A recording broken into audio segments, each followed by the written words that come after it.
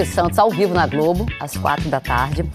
Vasco que busca a primeira vitória em São Januário nesse Brasileirão. Um dos problemas do Vasco foi resolvido pelo departamento jurídico do clube. Na quinta-feira, o Superior Tribunal de Justiça Desportiva julgou que o técnico Maurício Barbieri deveria cumprir mais um jogo de suspensão por ter xingado a arbitragem no jogo contra o Atlético Mineiro, na primeira rodada do Brasileirão. Só que ontem o Vasco conseguiu um efeito suspensivo dessa punição e o Barbieri está liberado para comandar o time contra o Santos. Agora o treinador precisa achar uma forma de encerrar a sequência de 4 jogos sem vencer.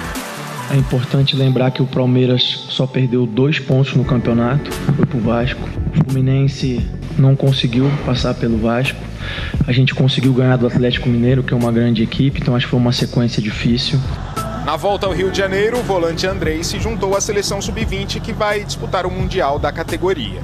Amanhã o Vasco vai enfrentar o Santos aqui em São Januário, já sem o Andrei.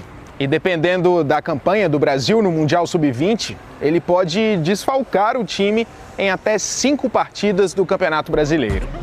O Galarza, que entrou no lugar do Andrei no intervalo do último jogo, já deve começar jogando dessa vez. E ainda hoje tem o Vasco. Iba segue oscilando na temporada. Ah, papai, cadê o Vasco? Para tentar encerrar o jejum contra o Vasco, o técnico Zago optou por um time bem modificado. Nomes como o zagueiro Thiago Dombrowski e o atacante Zé Roberto foram titulares pela primeira vez. E até que não decepcionaram. As escolhas estavam dando resultado.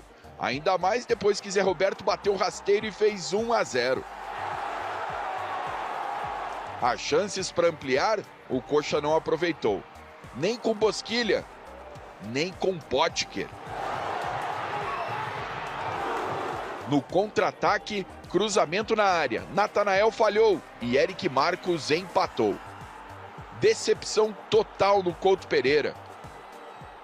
A vitória até que esteve perto do Curitiba, só que escapou mais uma vez. E agora, sem vencer há 11 partidas, o clube tem a pior sequência sem ganhar em toda a história.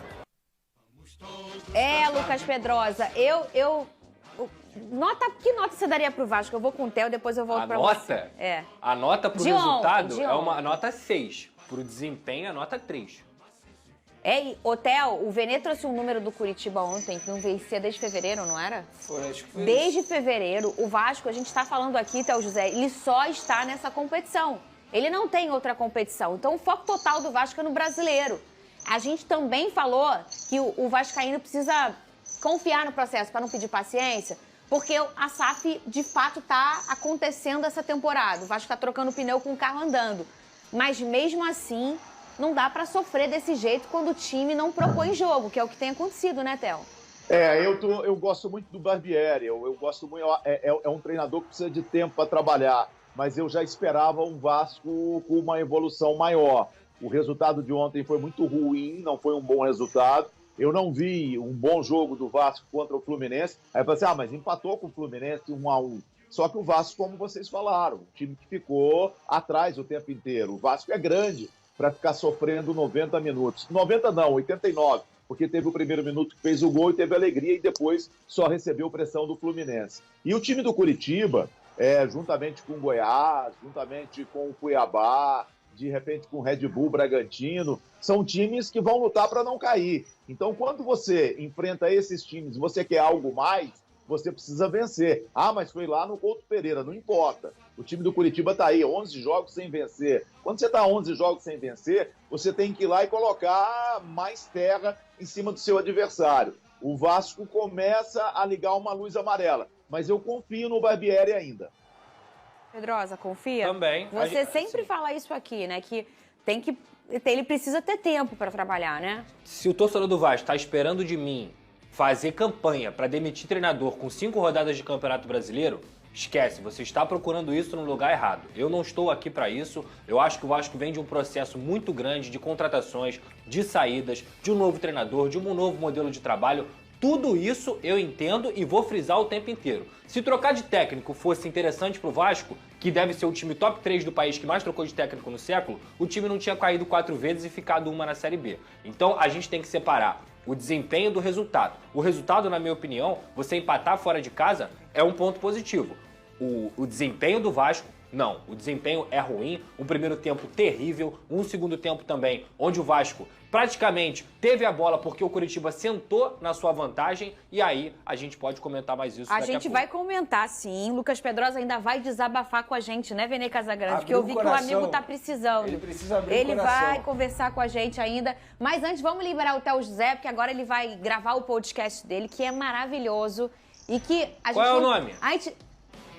Pode pai, pode filho. Vou gravar com o Ale, que é o meu filho, e com o Anselmo, o querido da Fernanda Maia. E logo, logo tem novidades. Logo, logo a gente anuncia aqui as novidades com relação ao nosso podcast. O Anselmo é o meu amor. O Anselmo já entrou aqui ao vivo com a gente várias vezes, com toda a sua simpatia e toda a sua orelha. Theo José... Vai trabalhar agora. Theo José tem uma surpresa para esse podcast. Não pode falar agora, mas em breve a gente conta a novidade aqui, que vai ser maravilhoso, que eu já tô sabendo, hein, Theo José? Obrigada, tá? Você sempre deixa o nosso programa grandão, meu amigo. Um beijo, viu? Beijo pra vocês. É um maior prazer participar com vocês. Valeu, Theo. Um abraço, ótimo final de semana e cuidem-se bem. Um beijo. Feliz Dia das Mães para todas as mamães que te cercam, viu, Theo José? Ô, Pedrosa. Vamos lá. Então, assim, o primeiro tempo do Vasco, nos primeiros 10 minutos, até foi um tempo decente. Eu acho que o Vasco tem essa característica de iniciar muito bem, foi assim durante o Campeonato Brasileiro. O problema é que o início é muito bom e depois disso é terrível. Porque o Vasco, novamente, depois desses 10 minutos, teve uma atuação muito abaixo do esperado. É um time que tem pouca intensidade, que tem um mental muito fraco para você continuar jogando. O Coritiba é um time extremamente limitado, não à toa é o lanterna da competição. Conseguiu achar um gol no final ali em mais uma desatenção do Vasco da Gama em sua defesa, dessa vez na figura do Robson. O Vasco volta para o segundo tempo com mudanças. O Barbieri coloca o Galarza e coloca o Figueiredo.